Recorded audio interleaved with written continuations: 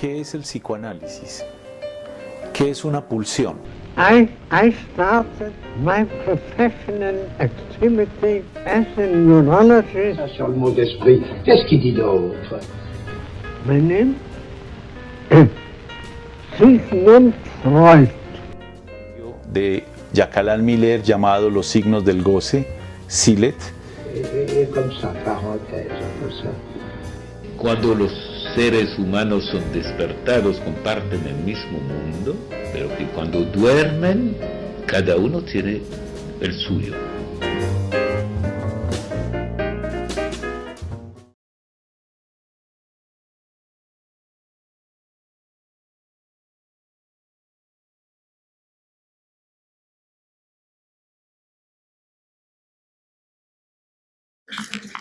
Entonces continuamos con la conferencia número 3 de las lecciones de introducción al psicoanálisis de Freud y dedicada a los actos fallidos, que voy a tratar más bien de profundizar un poco más allá de la lección misma sobre lo que esto querría decir, ya no en el público de médicos y de legos 1915 y 16 de Freud, sino para ustedes aquí y ahora, cuando ha pasado un siglo, más de un siglo de psicoanálisis. Y esto sigue siendo vigente, pero hoy lo podemos en cierto modo releer a la luz de las disciplinas que después emergieron y que por supuesto Freud no pudo conocer, y a partir de los desarrollos de Jacques Lacan. Jacques Lacan es un psicoanalista francés que murió en 1981, el 9 del año 81, es decir, es un contemporáneo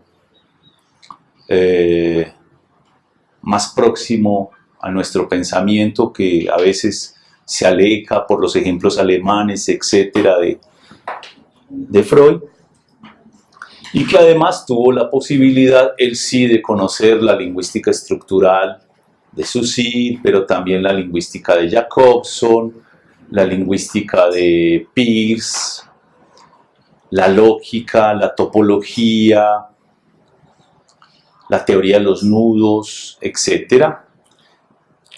Y como él relee a Freud desde esa perspectiva, eso nos permite, digamos, esclarecer para nosotros un poco lo que es el psicoanálisis hoy. Entonces, nos dice Freud, resumiendo un poco lo de la vez anterior, que los lapsus tienen un sentido. Eso ya es bastante interesante, que tienen un sentido. No es pues una cosa nimia, banal, insignificante, que no tiene importancia, que hay que olvidar. Freud piensa que tienen un sentido, solo que es un sentido ignorado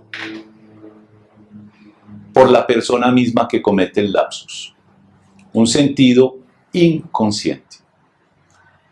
Entonces es muy interesante porque él ha descubierto un objeto, el inconsciente, pero que no es un objeto sensible como nos decía en las primeras lecciones, sino que es un objeto que hay que inferir, y una de las maneras de inferir y saber de la existencia del inconsciente son las operaciones fallidas. Y lo primero que encontramos es que tienen un sentido. Y eso es muy sorprendente, porque en la tradición de la ciencia occidental que nace con René Descartes, el pienso luego existo, ahí se afirma el pensar sin Dios, el pensar humano por sí mismo, el pensar los objetos del mundo. Pero el sujeto cartesiano, que es el sujeto de la ciencia, es un sujeto que reduce la psique a la conciencia y es un sujeto que reduce la psique a la racionalidad. Desde él podemos decir, somos seres racionales. Si somos seres racionales, producimos sentidos voluntariamente. En cierto modo somos amos del lenguaje, somos amos de lo que decimos, de lo que pensamos. Y por eso a uno le dicen, piense antes de hablar. Piense antes de hablar, para que lo que hable corresponda a lo que usted pensó. Pero lo que estamos descubriendo con Freud es una cosa muy sorprendente. Ya había descubrimientos equivalentes que nos sorprendían. Por ejemplo, Galilei, había descubierto que la Tierra no era el centro del universo. Eso es una herida en el narcisismo, una herida en la autoestima de la humanidad, que pensaba que el hombre era el centro de la creación y que además la Tierra era el centro del universo y que todo giraba alrededor de la Tierra, y si todo giraba alrededor de la Tierra, todo giraba alrededor del hombre. Y bien, nos descentró. Galileo Galilei dice, no, la Tierra no gira, el mundo no gira alrededor de la Tierra. El universo no gira alrededor de la Tierra. La Tierra, al contrario, gira alrededor del Sol. Junto con otros planetas. Y hoy podemos decir, como ha avanzado la astronomía, que finalmente la Tierra es un minúsculo, un pálido planeta azul, minúsculo, que gira alrededor de una estrella llamada el Sol, que hace parte de una galaxia, y esa galaxia es una entre millones. Y nosotros que creíamos el centro del universo. Eso fue una herida para el conocimiento de la humanidad. Charles Darwin nos dice, no fuimos creados, evolucionamos. Y evolucionamos desde minúsculas bacterias que enseguida fueron teniendo un esqueleto, un intestino, una boca, en fin, y ustedes conocen bien la teoría de la evolución. Venimos de una rama de primates. Es decir, nos descentró de ser el centro del universo y nos dice, somos simplemente una especie animal. No es que el mundo esté a nuestros pies porque somos la criatura más importante que debe dominar a las demás. Otra herida narcisista, otra herida en la autoestima de la humanidad. Y ahora Freud viene y dice, no somos dueños de nuestra casa, no somos dueños de nuestro psiquismo, no somos seres solamente racionales y conscientes. Existe una parte del psiquismo que es inconsciente, una parte del psiquismo que no reconocemos de manera inmediata, racional y consciente, pero que se manifiesta en nosotros y tiene un sentido, esas manifestaciones, un sentido ignorado por nosotros mismos. Eso produce un efecto, que si antes la teoría del conocimiento a partir de Descartes nos señalaba que había un sujeto y un objeto, y que el sujeto era racional y era consciente. Somos seres racionales, nos enseñaban en la escuela.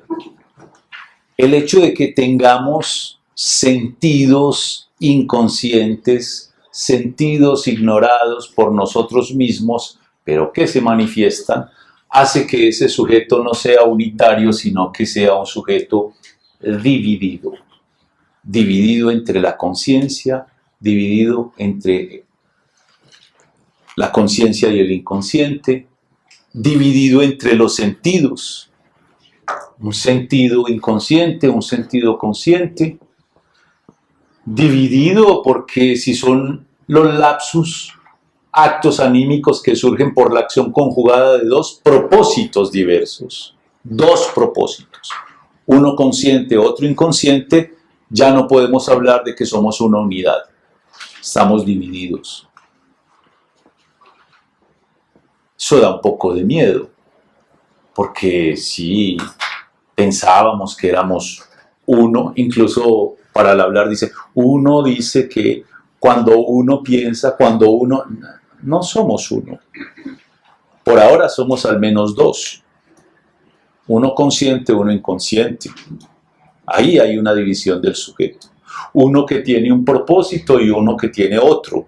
Entonces no somos uno, somos al menos dos.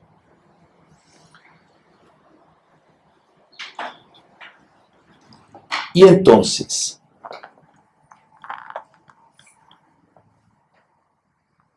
la gente dice, es más fuerte que yo, sobre todo cuando está hablando de una compulsión, de un vicio, de una cosa que no se puede desprender, pero pone de tu parte, pone tu voluntad, tiene fuerza de voluntad, es más fuerte que yo. Si es más fuerte que yo, ¿qué es lo que es más fuerte que yo? Algo que no puedo dominar en términos de la conciencia y en términos de la racionalidad. Por ejemplo, cuando uno está enamorado, todo el mundo le quiere abrir los ojos, pero date cuenta, no te conviene, fíjate esta circunstancia, esta diferencia de edad, de clase, mira esta cosa tan loca que estás haciendo, y que dice el sujeto, es más fuerte que yo. Ahí encontramos que hay toda una dimensión donde estamos divididos. Uno que debería estar conforme a las convenciones, a la racionalidad, a la adaptación, a su lugar en el mundo, y otra parte que empuja a transgredir las normas, y que aquí se expresa bajo la forma de lo que él llama sentido, propósito, pero también intención y también tendencia. Todas esas palabras, sentido, propósito, tendencia, intención, inconscientes. Y además hay un punto todavía más ominoso, más siniestro, más aterrador. Nosotros que pensábamos que éramos amos del lenguaje, nosotros que pensábamos que sabíamos lo que decíamos, que uno piensa y enseguida habla, como debería ser todo sujeto racional.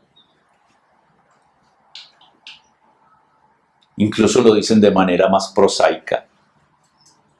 Antes de hablar, conecte la lengua con el cerebro. Es decir, que lo que diga sea racional. Pero cuando la compañera de trabajo de nuestro colega, en vez de escribir una picada, dice una pichada, un ser racional, consciente, un ser que respeta las formas, el lugar del trabajo, la hora del trabajo, debería estar concentrado, con mucha atención de lo que está haciendo. Es decir, este es un sentido, un propósito, una tendencia, una intención consciente de decir esto, pero se le filtra una letra y termina escribiendo otra cosa. Se le filtró la H muda. Entonces esto es muy aterrador, porque quiere decir no que hablamos. Sí, claro, hablamos, es la experiencia de todos los días. pero también somos hablados. Somos hablados. Somos hablados por la otra intención, propósito, tendencia, sentido. Hay algo que habla en nosotros, que nos habla. ¿No les parece un poco eso aterrador? Si no les parece aterrador, entonces vamos a un ejemplo de un psicótico que tienen una relación menos velada, más directa, más cruda con estas cosas, que me decía en una entrevista en una institución hospitalaria: vea, doctor, para que me entienda, tengo un radio metido en mi cabeza y ese radio no tiene interruptor para prender, apagar o para cambiarle la emisora, y todo el tiempo me está hablando en la cabeza. Una voz que en la cabeza le está hablando y no lo deja dormir, y es de día y es de noche. Bueno, imagínense esa situación. Ustedes se la tienen que imaginar. Para él eso no es una metáfora ni una imaginación. Tiene una voz en su cabeza. Además, una voz que le dice: mátate, ahórcala, empújalo. Entonces, con una vocecita que de día y de noche les está diciendo a ustedes eso por lo menos sí les debe dar un poquito de miedo, ¿o no? Bueno, eso que pasa en el psicótico de manera directa pasa en todos nosotros, pero tenemos mecanismos para que eso sea tratado. Por ejemplo, para él eso es una voz igual a la voz de alguien que está en el mundo exterior. En cambio ustedes dicen: no, son imaginaciones, es un diálogo interior, es cuando yo estoy pensando, yo debía haberle respondido a esta persona tal, ¿por qué no le dije esto? Uy, qué piedra, ahora es que vengo como a caer en cuenta que yo debía tener la palabra. Y eso no es una voz, no siente, es una voz, pero no la siente como proveniente del mundo exterior, como referido como otro, sino de sí mismo.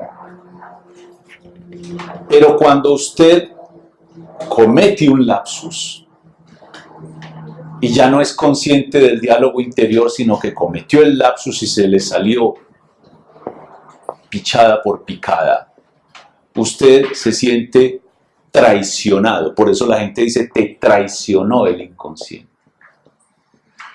¿Quién traicionó a quién? Usted mismo. No fue otro. Eso no es una relación interpersonal entre personas, sino intrapsíquica, que quiere decir dentro de su propio psiquismo hay algo que lo traiciona. Porque usted piensa que usted es igual a la conciencia, a la racionalidad, que usted tiene un sentido, una tendencia, una intención y un propósito consciente, y que usted es eso. Pero hay otra parte muy poderosa, porque resulta que también tiene sentido, tendencia, intención y propósito,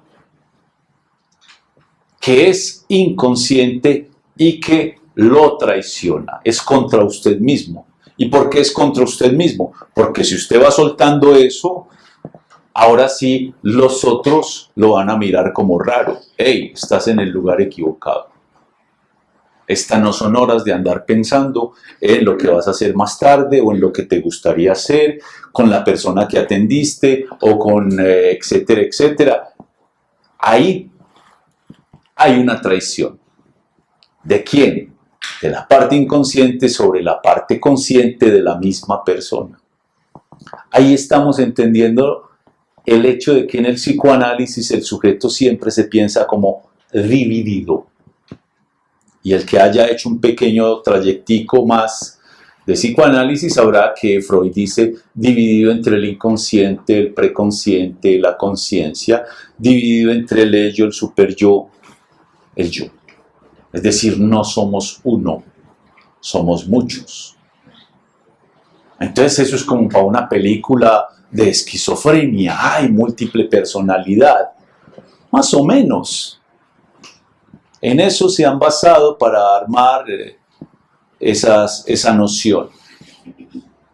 Quiere decir que no tenemos una personalidad, sino cosas muy diversas que componen nuestro psiquismo y que andan en conflicto. Por eso aquí nos dice también esta definición, se trata del encuentro, de la interferencia de dos propósitos diversos en el decir.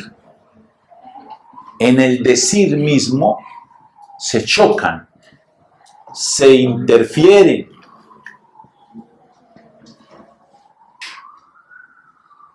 Se encuentran propósitos diversos, porque es diverso decir una picada a decir una pichada.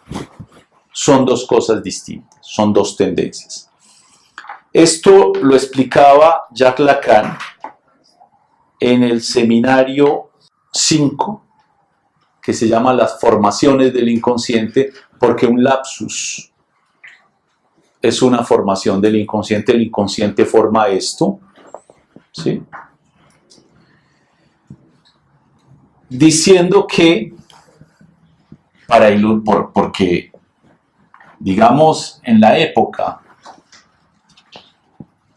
1953, 54, 55, el movimiento psicoanalítico de posguerra había evolucionado de una manera, me parece, muy trágica, porque luego de la ascensión de Hitler, la mayoría en esa época de psicoanalistas eran judíos de Centro Europa y tuvieron que emigrar a los Estados Unidos, a Inglaterra, Argentina, es decir, toda una diáspora.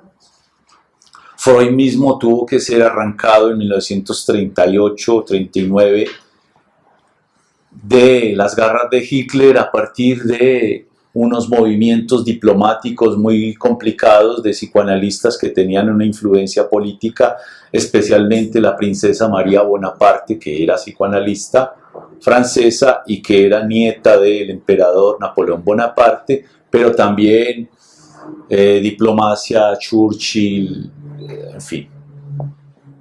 Y pudo en el último momento, después de pagar una suma astronómica, lograr que saliera con su familia y con algunos otros, lo cual, por ejemplo, no impidió que las hermanas de Freud murieran en campos de concentración. Entonces, era una situación complicada, eso hizo emigrar.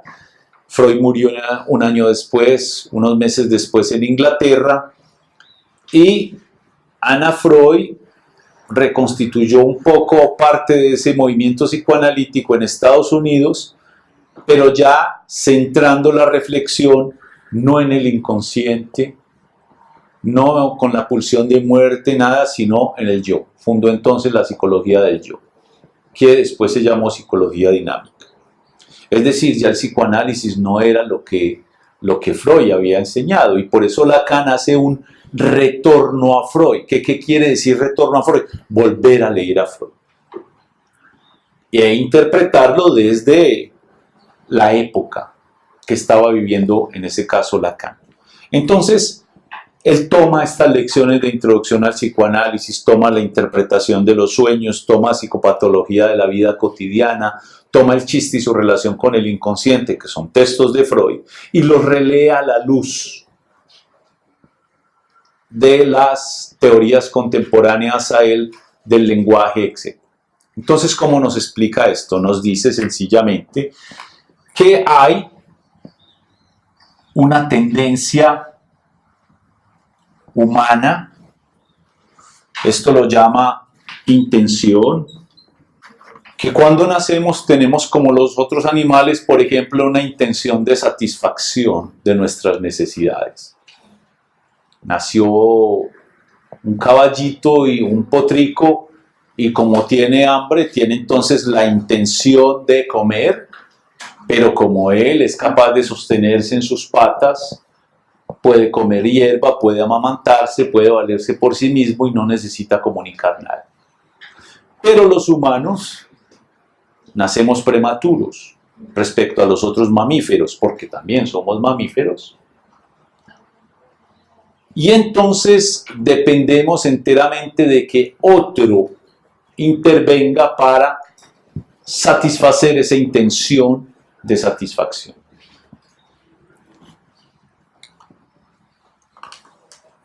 Eso hace que mientras muchos mamíferos rápidamente puedan valerse por sí mismos y buscar su camino, las crías humanas tengan que pasar tanto tiempo al lado de la madre y de los otros para poder incluso sobrevivir.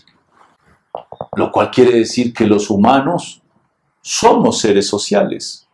Dependemos para sobrevivir de que haya un pequeño núcleo social que cuide a esa cría humana y que no muera. Y lo que nos caracteriza por excelencia a los humanos es que hablamos, producimos signos lingüísticos, y ya un poco trabajamos eso la vez pasada. Luego entonces, no solamente esa pequeña familia, ese pequeño grupo que se ocupa de la cría humana, lo alimenta, lo cuida, lo limpia, sino que le habla. Y es una cosa muy absurda, porque el bebé está allí, no tiene todavía las cuerdas vocales bien afinadas, etcétera, etcétera, y la mamá le habla, y el papá le habla, y los hermanitos le hablan, y las tías y los tíos, y además le hablan muy raro, porque no le hablan en un lenguaje articulado, con sentido, sino que le hablan en unos mimos y en una cosa, ay, niñito, también aquí viene más y mucho, y hacen ahí con un falsete, con una voz que no es su voz, sino que sale por los mimos, ay, que es la cosa más hermosa que... Y le hablan, y resulta que le hablan, pues decimos que le hablamos. Pero esa criatura todavía no entiende lo que le están diciendo. Entonces es muy raro hablarle a alguien que de entrada sabemos que no entiende lo que le estamos diciendo. O con el animalito doméstico también. Le hablamos y sabemos que no entiende. Y sin embargo eso es esencial. Porque ese hablarle provoca en esa cría humana, y también en las crías domésticas, que por eso los enloquecemos, produce una resonancia en el cuerpo, porque es que además le hablamos cerquita, no solamente a la cara, a los oídos, sino a todo el cuerpo. Y entonces le dan picos en las nalgas y comienza a decirle que tan hermoso, y mientras tanto lo van moviendo, lo bañan, le ponen como un muñequito, un vestido, después otro, etc. Pero en ese momento, esa cría humana, ese mamífero prematuro, como que cayera en una bañera del lenguaje, cae en la bañera del lenguaje. Y ahí es un humano, porque habla. Él no entiende, todavía no tiene capacidad de hablar, pero comienza a gorjear. Agú, agú, y hacer sonidos inarticulados. Y luego comienzas a producir una lengua propia. Propia. No la que le hablaron, sino propia. Comienza a ser una especie de laleo. Entonces la gente se queda fascinado mirándolo. No sabe tampoco qué le está hablando. Hay videos graciosísimos que suben a YouTube de eso. En estos días vi uno donde hay una muchachita de más o menos un año larguito, que ya es capaz pues de sostenerse en pie, y el papá está viendo televisión y ella le está hablando, entonces él voltea a la televisión y ella le pone la cara así, como quien dice, mírame cuando te estoy hablando, lo cual se lo va a decir el resto de la vida.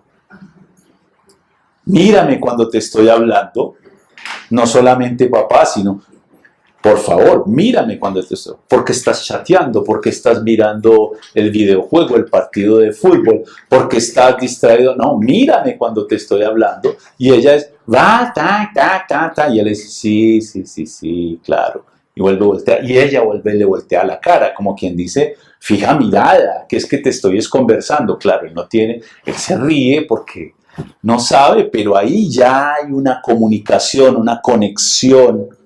Ya esa persona se está apropiando del lenguaje articulado